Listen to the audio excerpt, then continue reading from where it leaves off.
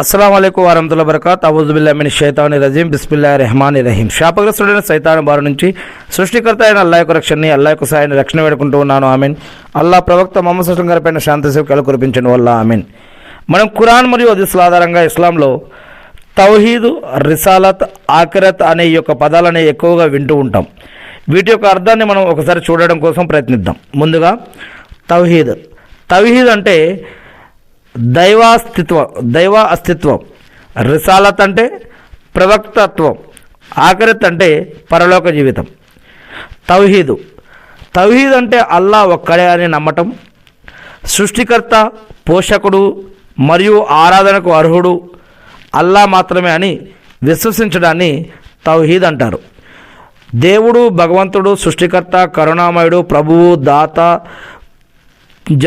మనకి ప్రాణాన్ని ఇచ్చేవాడు, మరణించేవాడు, పోషించేవాడు, పోషకుడు, తీర్పు ఇచ్చేవాడు, స్వర్గాన్ని నరకాన్ని ప్రసాదించేవాడు, ఇలా తెలుగులో చెప్పే ఈ యొక్క పదాలన్నిటినీ అరబ్బీ భాషలో అల్లా అనే పదంతో పిలుస్తాం. ఎలాగైతే లార్డు, గాడు, దేవుడు, భగవంతుడు అంటామో అరబ్బీ భాషలో అల్లా అని అంటాం. ఇలా ఆ సృష్టికర్తని అల్లా అని అంటాం అరబ్బీ భాషలో. మరి ఆ సృష్టిని కాదు, సృష్టికర్తను మాత్రమే ఆరాధించాలి అని లా ఇలాహ ఇల్లల్లా యొక్క అర్థం. ఆ సృష్టికర్త తప్ప ఆరాధనకు అర్హులు ఎవరూ కారు అని దాని యొక్క అర్థం. ఇక మొహమ్మద్ రసూలుల్లాహ్ అంటే మొహమ్మద్ అనేటటువంటి ఆయన ఒక ప్రవక్త. అల్లా ఆయనని చివరి ప్రవక్తగా ఎన్నుకున్నాడు. ఆయన ఒక మానవుడు, దేవుని యొక్క భక్తుడు. ఆ అల్లా ఆయన్ని ప్రవక్తగా ఎన్నుకున్నాడని మన సాక్ష్యం ఇవ్వటం అనమాట. ఇక తౌహీద్ అంటే ఆ దేవుడు అంటే సృష్టికర్త ఒకే ఒక్కడు అని నమ్మటం, ఆయనే సృష్టికర్త, పోషకుడు, ఆరాధనకు అర్హుడు అని విశ్వసించడాన్ని తౌహీద్ అని అంటారు. ఆయనకు సాటి ఎవరూ లేరు, ఆయనకు పుట్టుక లేదు, ఆయనకు మరణం లేదు అని ముస్లింల ప్రాథమిక విశ్వాసం. కలిమా కూడా ఈ యొక్క తౌహీద్ పైన ఆధారపడి ఉంటుంది. ఇక రెండవ విషయం రిసాలత్ అంటే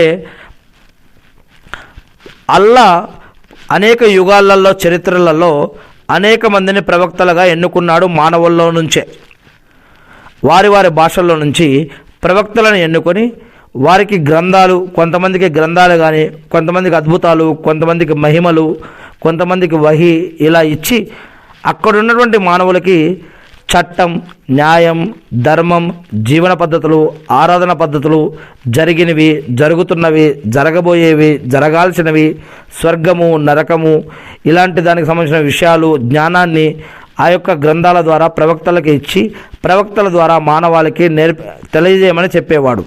ఇలా ఒకరి తర్వాత ఒకరు కాలానుగుణంగా అనేక యుగాలలో, అనేక చరిత్రలలో, అనేక జాతులలో వారి జాతుల్లో నుంచి అనేక మందిని దేవుడు ప్రవక్తలుగా ఎన్నుకున్నానని చెప్తూ ఉన్నాడు. ఇలా మొట్టమొదటి మానవుడు మరియు ప్రవక్త అయినటువంటి ఆదాం అలైహిస్సలాం గారి నుంచి మరి మూసా ప్రవక్త గారి వరకు, మూసా ప్రవక్త నుంచి ఈసా ప్రవక్త, మరి దావూద్ ప్రవక్త గారి వరకు, దావూద్ ప్రవక్త నుంచి మరి సులైమాన్ ప్రవక్త మధ్యలో, మరియు నూహ్ అలైహిస్సలాం గారు, ఇలా అనేక మంది ప్రవక్తలు, మరియు మరియమ్మ కుమారుడైనటువంటి ఈసా అలైహిస్సలాం గారు, మరియు చివరిగా ప్రవక్త ముహమ్మద్ సల్లల్లాహు అలైహి వసల్లం గారు, మరియు వీరి మధ్యలో, వీరి తర్వాత, వీరికి ముందు కూడా మరి ఆదాం ప్రవక్త గారి నుంచి మహాప్రవక్త ముహమ్మద్ సల్లల్లాహు అలైహి వసల్లం గారి వరకు కూడా 124,000 మందికి పైగానే ప్రవక్తలు మరి వారిని దేవుడు ఎన్నుకున్నాను అనేక కాలాలలో, అనేక యుగాలలో అని చెప్పడం జరిగిందనమాట. దీనినే రిసాలత్ అని అంటారు. అంటే ప్రవక్తగా దేవుడు కొంతమందిని మనలో నుంచి ఎన్నుకున్నాడు అని, వారికి ప్రవక్త పదవి ఇవ్వటం అనేది జరిగింది అని, అల్లాహ్ తన యొక్క సందేశాన్ని ప్రజలకు చేరవేయడానికి పంపిన ప్రవక్తలను లేదా మెసెంజర్స్ అని కూడా మనం అంటామన్నమాట. ఇకపోతే ఆదాం అలైహిస్సలాం గారి నుండి మహాప్రవక్త ముహమ్మద్ సల్లల్లాహు అలైహి వసల్లం గారి వరకు వచ్చిన ప్రవక్తలందరినీ కూడా మనం విశ్వసించాలి. అంటే వారిని ఆరాధించకూడదు, కేవలం వారిని విశ్వసించాలి. వారు ప్రవక్తలు అని నమ్మాలి. ఇక మహాప్రవక్త ముహమ్మద్ సల్లల్లాహు అలైహి వసల్లం గారు చివరి ప్రవక్త అని, ఆయన చూపిన మార్గమే సరైనది అని నమ్మటాన్ని, మరి ఈయన చివరి ప్రవక్త అని నమ్మటం. ఇక ఆఖిరత్ అంటే పరలోక జీవితం గురించి అన్నమాట.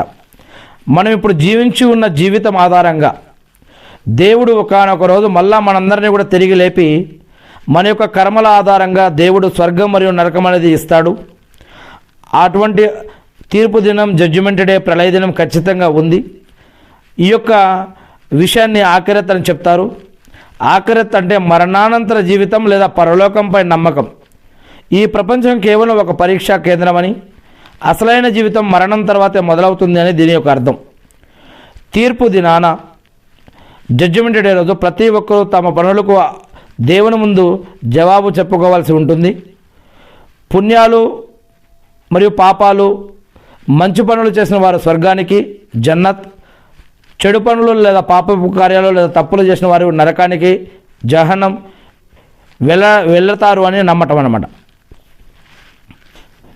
ఈ యొక్క 3 అంశాలు తౌహీద్, రిసాలత్, ఆఖిరత్ అనే ఈ యొక్క 3 అంశాలని ఎక్కువగా మనకి ఈ యొక్క ఖుత్బాతులలో కూడా, ప్రసంగాలలో కూడా మనం వింటూ ఉంటాం. ఏది ఏమైతేనేమి మనందరికీ కూడా ఆ యొక్క దేవుడు నరకం నుంచి రక్షించి స్వర్గభాగ్యాన్ని ప్రసాదించాలని, జిన్నాతుల నుంచి సైతానుల నుంచి మనందరినీ కూడా రక్షించమని, పాపాల నుంచి విముక్తి చేయమని, మన పాపాలను క్షమించి మనకి సరైన మార్గాన్ని ప్రసాదించి, ఆయన మనపై పెట్టిన జీవన మరియు ఆరాధన పద్ధతులకు కావాల్సిన ఉపాధిని, బర్కత్ని, రక్షణని, సహాయాన్ని ప్రసాదించమని, మరియు గ్రంథ జ్ఞానాన్ని మరియు జీవన పద్ధతులని, ఆరాధన పద్ధతులు తెలియజేయమని నేను మనందరి తరపున కూడా ఆ సృష్టికర్తను ప్రార్థిస్తూ ఉన్నాను. ఆమెన్. అల్లా ప్రవక్త పైన శాంతి సేవకులు కురిపించడం వల్ల ఆమెన్. అల్లా మా అందరికీ కూడా నరకం నుంచి రక్షించి, ప్రాణం పోయేటప్పుడు బాధల నుంచి, దజ్జాల ఉపద్రవం నుంచి రక్షించి, మా అందరికీ కూడా ప్రళయదినం రోజు ఉన్నటువంటి ఇబ్బందుల నుంచి కాపాడి, మా అందరినీ నరకం నుంచి కాపాడి స్వర్గభాగ్యాన్ని ప్రసాదించండి వల్ల ఆమెన్.